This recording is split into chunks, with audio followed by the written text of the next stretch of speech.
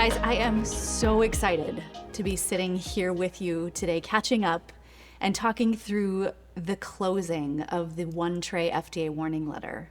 And really, not only that, but all that is to come for your company, for your organization, and for the industry. It's great to be here with you today. Thanks for being here. Yeah, We appreciate it. Yeah, you know, it's been 3 years since our Beyond Clean team was at your facility in Dayton, Ohio, really getting to know more about this truly disruptive innovation that you've brought to the market.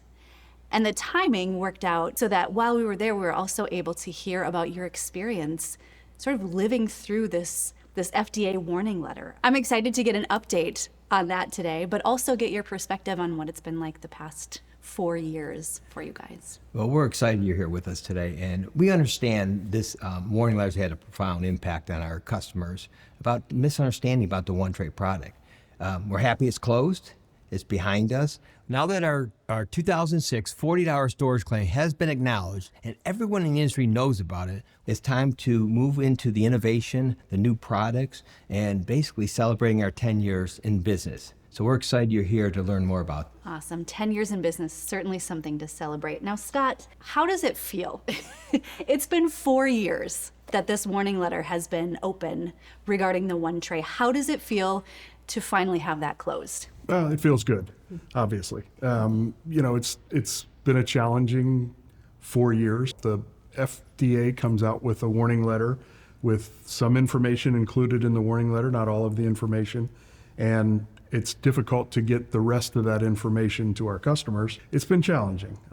We've struggled a little bit to try to keep everybody updated as much as we can, and you know, thankfully it's closed and we can move forward and get on with the innovation that we're trying to create in this marketplace.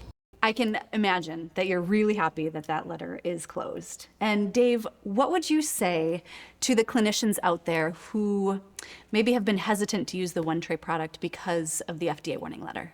Well, Linz, I think there's really 3 groups of people I talk to out there. Is those customers that have been using the one tray through this whole thing.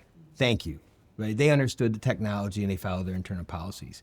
I also want to address and talk to those folks out there and those clinicians that were buying the product, had the product, but had apprehension, didn't really know how to use the product, and they didn't really understand what the warning letter meant. It's time for them to call us and get back engaged, and so we can help them save money and build efficiencies. And thirdly, the clinicians out there that really wanted to go down this road and reuse one tray and saw the benefits, but the warning letter put them on a hold.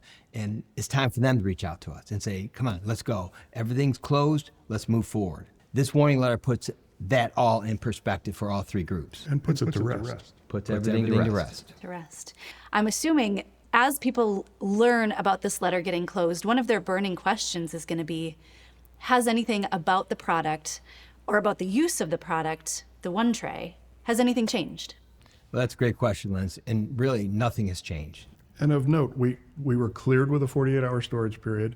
We remained cleared with a 48-hour storage period during the time of the warning letter, and we now have currently and in the future a validated 48-hour storage period. That's not going to change. What else do you think the industry should know? What else do you want the industry to know about this? I think there's a lot of misunderstanding, and everybody wants to put their 2 cents in and how to use this product. And you really should use our IFU and follow our IFU, follow your internal policies, stick to the facts. This is a medical industry that's based on science. We are a fact and science-based company. We've been talking about that for almost 10 years now. So I think people just got to be careful about the misinformation in our industry. That's one of our takeaways as a team at Beyond Clean from the Beyond the Tour episode. I think we said stick to the facts, stick to the science for weeks after we filmed that episode because it was so clear to us that that's what you clung to. Well, and the facts are that it's a safe and effective product. We've proven that through usage. We've proven it through the studies and the validation studies that we've completed. And we're happy to share that with any of the customers, clinicians out there. We're really an open book. Just ask us the question. If we don't have the answer, we will find it. You know, the name of your company, Innovative Sterilization Technologies, begs the question, what comes next? Well, the whole company was created based on a need in the marketplace that we saw about 12 years ago. The delivery of instrumentation from the big implant companies to the users in the field is a broken system. It's very difficult. It's very costly. There's very little efficiency involved in it, and saw that there needed to be something done here. With the release of the one cart, now we have the one tray container, we have the Easy Trex system of organization, and we have the one cart, new design that we saw that was needed in the marketplace because of space restrictions and the ability to see what's in the cart with off-site sterilization. There's needs to be safe and effective transportation, and that's where we're headed. So you're telling me that over the past 4 years, you've been working through this warning letter, but you've also been innovating on behalf of clinicians everywhere. When we started this company back in 2014, the goal was we need a complete system of instrument processing, delivery, and safety that provides efficiency and cost savings for the users. And I think we've achieved that.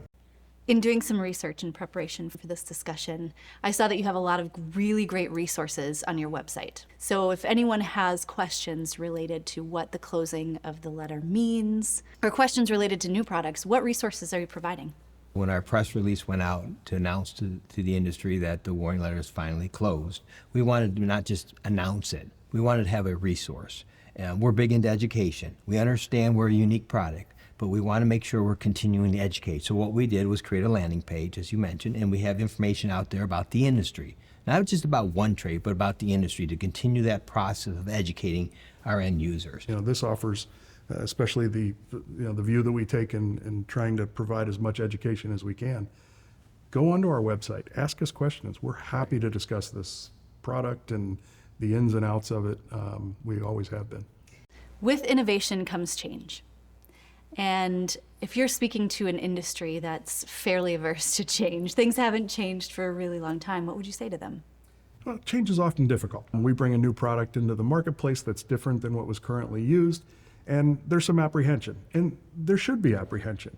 But we need to remember that it's not a decision made in your heart, it's a decision made in your mind, and it's based on scientific evidence. And that's what our company is all about, is the scientific support of the product that we offer. It's been awesome to sit down with you guys, to learn about the impact of the last 4 years, and honestly, more importantly, it's been really cool to learn about how you're continuing to innovate on behalf of the healthcare industry. Thank you so much for taking time with me today. Thanks for being with us. Thank you. We're very excited for the future.